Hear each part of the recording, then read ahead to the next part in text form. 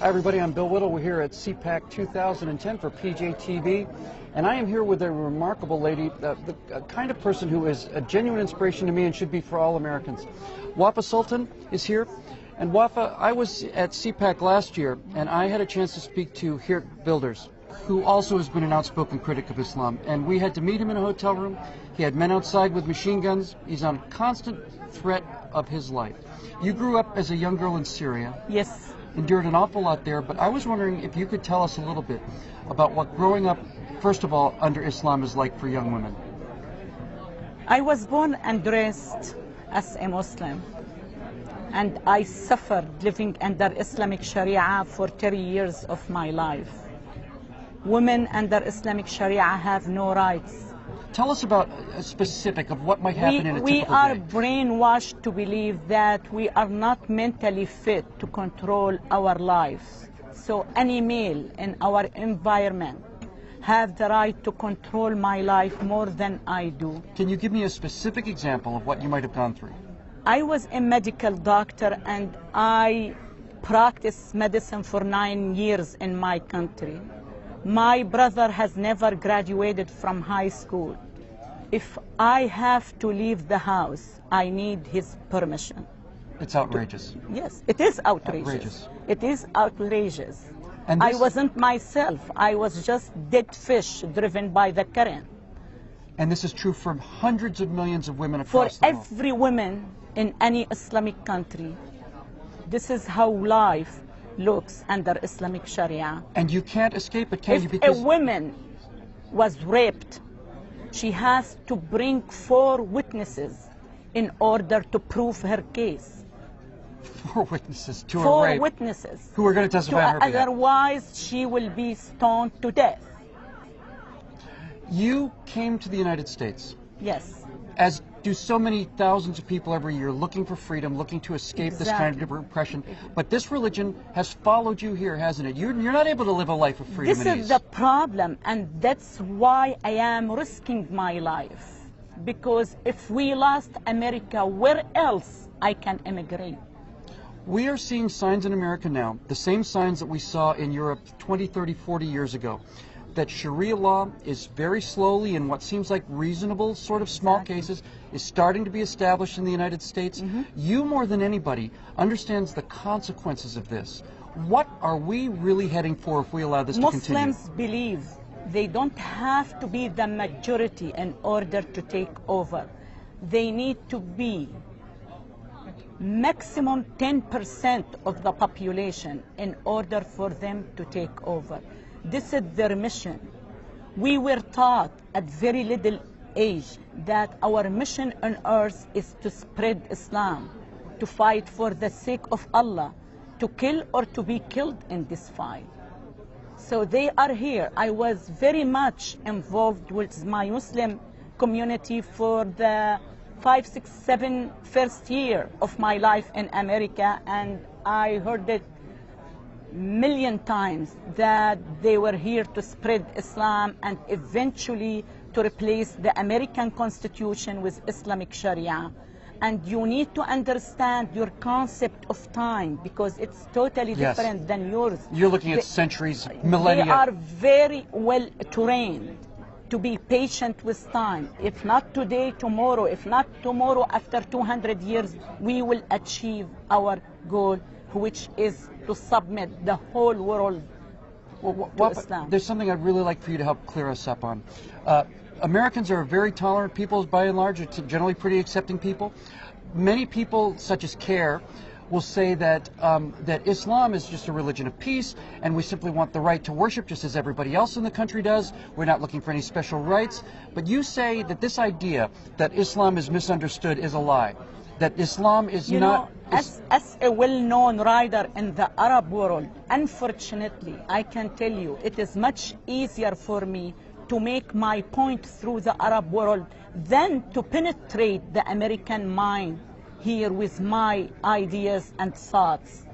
You know, because I can understand why Americans are raised to live by the ethical American code, which doesn't allow him to judge people based on their religious background. But Americans need to know that Islam is not a religion. Islam is a very political, very dangerous political ideology. That's right. You cannot be a true American and a true Muslim at the same time. There is no way. I believe that's true. There is no way you can connect the some laws somewhere or another have to be disregarded. Yes. You cannot They're be antithetical. true American. There is no Muslim American. There is Muslim who live in America or Americans who are from Muslim background. Totally different, two different things. Well, you've lived in America for quite a while now, and you've seen a great deal of American society and how varied it is and so many different belief systems and so on. But you're here now at CPAC, surrounded by conservatives, many young conservatives. Are you hopeful about what you see here at CPAC? Are you? Of course I am. I have to have hope in order for me to keep going. What is it about CPAC that gives you hope? You know, I see the younger generation because our future depends on younger generation. And do you think that the young people that you see here at CPAC, do you think they have some awareness of this threat? Yes, I believe soon they will get involved and choose the right leaders to do what it needs for this country to be protected against Islamic evil. Let's talk, speaking of that, let's talk very briefly about CARE, the Council of American Islamic Relations.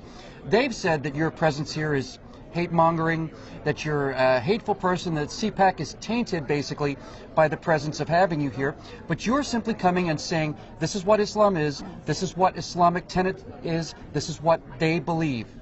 How do you respond to those charges? In order for them to know what hate means, they need to listen to the preaching machine in any mosque, in any Islamic city, in any Islamic country on Fridays. Well, tell us, Americans don't get to listen to those messages. Just tell us what you might hear. You can go and randomly choose any Islamic city throughout the Islamic world.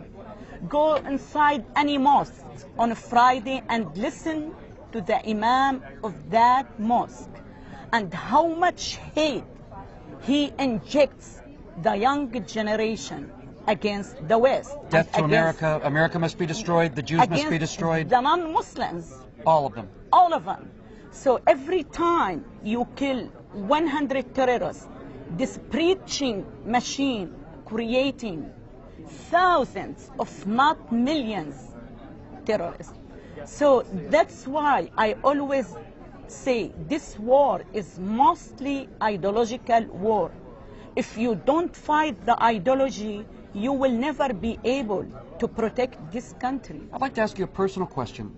You grew up under the system. You grew up under it, you dealt with it, you were brutalized by it, you've tried to escape it. How does it feel to come to America and have liberals who haven't the faintest idea of what goes on over there tell you, no, you're wrong. This is what Islam is, you see? How does that feel? That must drive you out of your mind. Nobody can argue with me. It is my life. It is my past. It is my You lived it. You were there. And that's why I'm risking my life now. I'm paying a very high price for my decision to speak up against the cruelty of Islamic Sharia and the evil of Islam. I receive death threats on daily basis, telling me where I live, where my children live. These are Muslims who are not only allowed to kill you, they're commanded to kill you. Absolutely, their mission. They're required by their religion to kill you. For the sake of their Allah, they have to kill you. Here in the United States. Here in the, and I don't feel safe. I don't blame you. Here in the United, this is the sad part of it. Well, you're a very brave woman. Anyway, I am enjoying my life because it is a life of my choice. I wasn't myself for 30 years of my life. I was under somebody else's controls. You'd rather be a free woman under a death sentence than a piece of property, simply. Let me live one day as a free woman and then die. Who cares? I tested the freedom. But unfortunately, as you said, most Americans take it for granted and they don't know what it means to be free. For the last 14 years of my life, I haven't missed one day. Every single day, I leave my house at 7 o'clock in the morning with my husband to Starbucks. You're not going to let them beat you, are you? I have a cup of coffee. I look up. If there is God or not, I really don't know. I thank whoever there for giving me the freedom to enjoy this moment. Oh, this country needs more people like you, Wafa. Just walking down the street without being called a whore is a blessing for me.